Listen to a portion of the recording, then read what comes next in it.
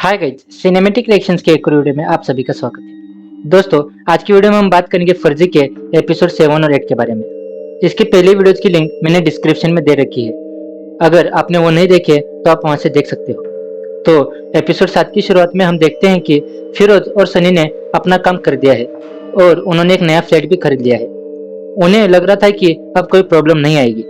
फिर हम माइकल को गहलोत के ऑफिस में देखते हैं, जो गहलोत को कह रहा था कि इंडिया में 12,000 करोड़ नकली नोट आ गए हैं और हमारी मशीन धनरक्षक भी इनको पकड़ नहीं सकती। यहाँ पर मेगा भी है, जो कहते हैं कि हम इन नोटों को सुपर नोट कहते हैं और इन्हें सिर्फ एक ही तरीके से पहचाना जा सकता है, और वो भी इन्हें जलाकर, क्योंकि सुपर नोट जलते वक्त थोड़े लाल दिखते हैं। अब हम सनी को नानो के साथ क्रांति पत्रिका में देखते हैं और यहाँ सनी नानो को कहता है कि अब हमारी क्रांति पत्रिका भी ऑनलाइन हो गई है, जो कि आपका सपना था, और इसका नाम ई क्रांति है। इसी खुशी के माहौल में हम फिरोज और सनी को बात करते हुए देखते हैं।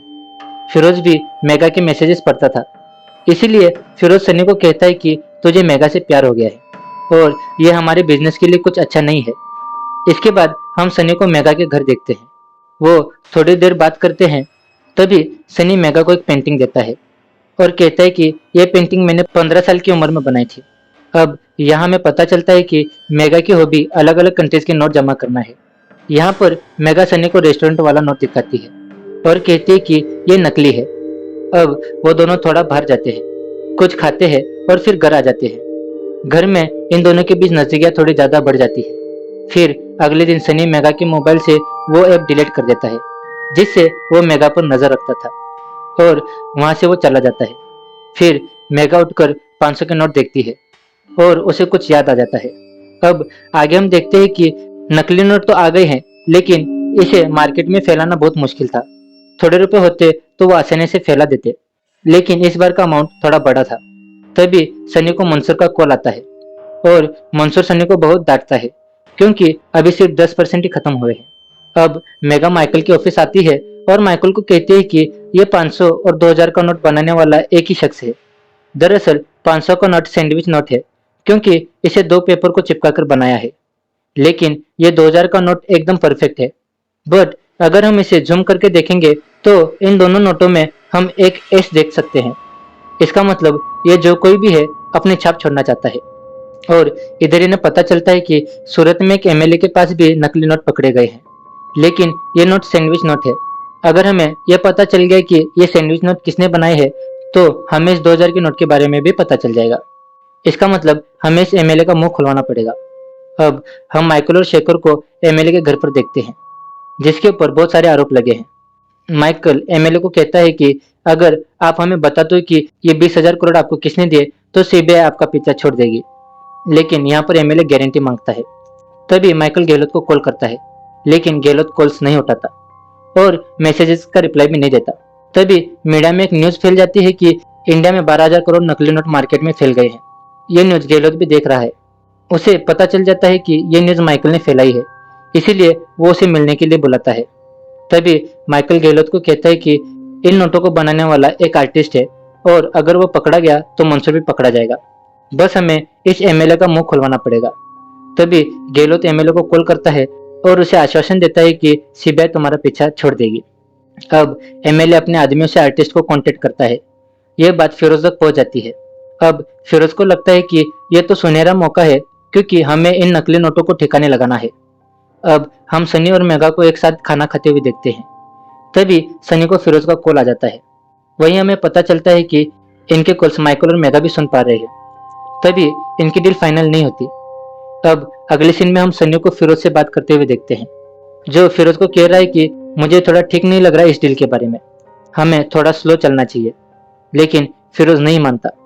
फिर अगले सीन में हम सियरा को मंसूर के साथ देखते हैं, जो मंसूर को कह रही है कि इंडिया में जो अपने पैसे हैं उन्हें जल्दी से ठिकाने लगाना होगा, क्योंकि मंसूर के ऊपर भी कुछ आदमी है जिनको जवाब देना होगा। अब हम माइकल को देखते हैं, जिसके पास उसकी वाइफ रेखा आती है, जो माइकल को कहती है कि हमारे बीच पहले से कुछ ठीक नहीं था। भले ही हमने लव मैरिज की, लेकिन हमारा प्यार कुछ समय बाद खत्म हो गया। अब अगले सीन में हम मंसूर को उसके अड्डे पर देखते हैं, जहाँ वो सारे नकली नोट रखे थे।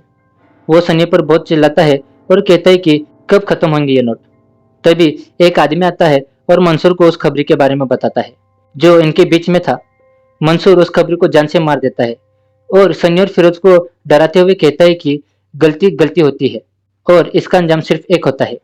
तभी सनी मंसूर को कहता है कि बहुत ही जल्द इन पैसों को ठिकाने लगा देंगे। अब अगले सीन में हम देखते हैं कि माइकल को एमएलए का मैसेज आया है और उसने लिखा है कि आर्टिस्ट डील के लिए मान गया है। इसी के साथ एपिसोड 7 खत्म हो जाता है। अब एपिसोड 8 की शुरुआत में हम सनी और फिरोज को देखते हैं जिनके पास और कोई दूसरा रास्ता नहीं था एमएलए से डील के अलावा। और अब अगले सीन में हम माइकल और रेखा को एक कोर्ट में देखते हैं जहां माइकल और रेखा के तलाक का केस चालू है और यहाँ माइकल हार जाता है और व्योम की कस्टडी भी रेखा के पास चली जाती है। अब अगले सीन में हम नानू और सनी को खाना खाते हुए देखते हैं जहां नानू कहते हैं कि मुझे रोज एक सपना आता है जहां तुम कुछ गलत काम कर रहे हो और मैंने तुम्हें पकड़ लिया है। दोस्तों, ये सब हकीकत में हुआ है, लेकिन मेमोरी लॉस की वजह से नानू को कुछ याद नहीं था। अब एमएलए से सनी की डील होने वाली थी और इसकी सारी जानकारी क्राइम ब्रांच के पास है। अब आर्टिस्ट को पकड़ने के लिए माइकल ढेर सारे ऑफिसर्स को एक बिल्डिंग में अपॉइंट करता है। अब हम सनी और फिरोज को देखते हैं जो अलग अलग कार से बिल्डिंग में एंटर करते हैं और माइकल एक ऑफिस में था जो वहां से सीसीटीवी कैमरा चेक कर रहा था। माइकल के इस मिशन में इस बार मेगा भी थी। अब एमएलए से सनी कांटेक्ट करता है और उसे 6th फ्लोर पे बुलाता है, लेकिन उन पैसों को मेगा और एक ऑफिसर वहां पहुंचाते हैं। बहुत देर इंतजार करने के बाद भी कोई नहीं आता, इसलिए मेगा माइकल को कहती है कि मुझे बाहर जाके देखना चाहिए क्योंकि मुझे कोई नहीं जानता, और माइकल उसे परमिशन दे देता है। तभी सनी मेगा को देखता है और रुक जाता है। कार को थोड़ा पीछे करके वो वहां से भाग जाता है। तभी बहुत सारे ऑफिसर्स उसके पीछे लग जाते हैं। सनी अपनी गाड़ी से उतर के फिरोज की गाड़ी में आ जाता है। तभी उसी वक्त वहां पर माइकल आ जाता है और उन दोनों को रोककर पूछताछ करने लगता है। सनी कहता है कि हम क्लीनिंग करने वाले हैं और हमें जाना है। तभी माइकल उनसे उनकी आईडी मांगता है और जाने को कहता है। तभी उसे एक ऑफिसर का कॉल आता है और उसे पता चलता है कि आर्टिस्ट ने गाड़ी चेंज कर दी है। तभी सनी और फिरोज वहां से भाग निकलते हैं। उनके पीछे ढेर सारे क्राइम ब्रांच के ऑफिसर्स और पुलिस वाले लग जाते हैं। दोनों काफी डरे हुए थे, उन्हें लग रहा था कि आज वो पकड़े जाएंगे। तभी सनी फिरोज को कहता है कि नोट उड़ा फिरोज। तभी फिरोज सारे नकली नोट रास्ते में उड़ा देता है। उन नोटों को लेने के लिए वहां पर ढेर सारी भीड़ जमा हो जाती है। इसी भीड़ में से सनी और फिरोज बचकर निकल जाते हैं, लेकिन माइकल ने दोनों का चेहरा देख लिया था, इसीलिए वो सारे सर्विलेंस कैमरा चेक करता है। तभी उसे गहलोत का कॉल आ जाता है और वो माइकल को कहता है कि मैं तुम्हारी पूरी टीम को टर्मिनेट कर रहा हूँ। लेकिन माइकल गहलोत को कहता है कि हम मंसूर के बहुत ज्यादा करीब है और हमें ये मौका नहीं खोना चाहिए। तभी गहलोत सारे मीडिया वालों को मंसूर के बारे में बता देता है। पूरे मीडिया में मंसूर की न्यूज फैल गई थी।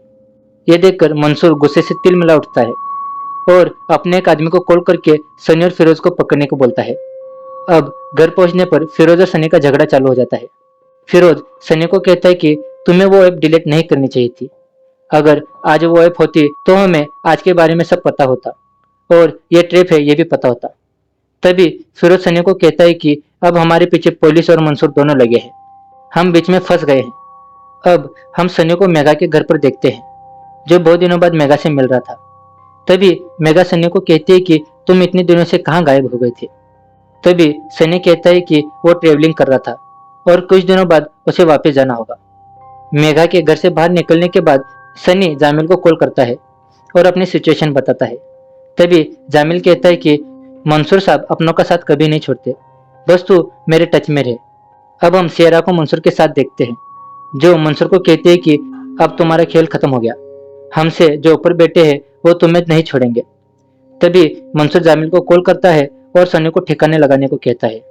मंसूर के साथ जीतू काका भी है, वो उन्हें भी इंडिया भेज देता है। अब हम माइकल को देखते हैं जिसके पास एक फुटेज है जिसमें आर्टिस्ट का चेहरा थोड़ा ब्लर दिख रहा है और उसे स्कैन करने में थोड़ा टाइम लगेगा। अब हम सनी और फिरोज को एक स्टैंड पर जामिल का इंतजार करते हुए देखते हैं। तभी जामिल वहां पर आ जाता है और उन्हें गाड़ी में बैठने को कहता है। गाड़ी में जीतू काका को देखकर सनी चौंक जाता है।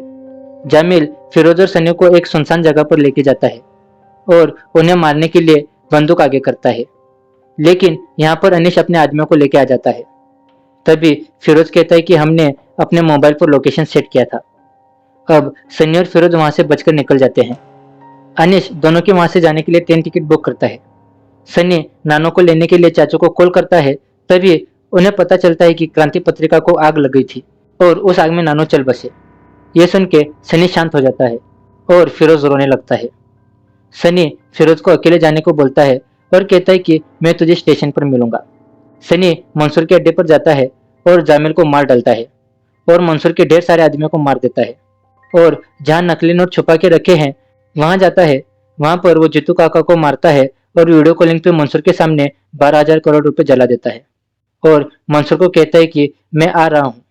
जेलों में नोट देखकर मंसूर रोने लगता है। वहीं दूसरी ओर मेगा स्क्रीन के साइड में बैठी है जहां आर्टिस्ट का चेहरा स्कैन हो रहा है और दूसरी तरफ फिरोज सनी का इंतजार कर रहा है स्टेशन पर। इसी के साथ ये एपिसोड और सीजन 1 खत्म हो जाता है।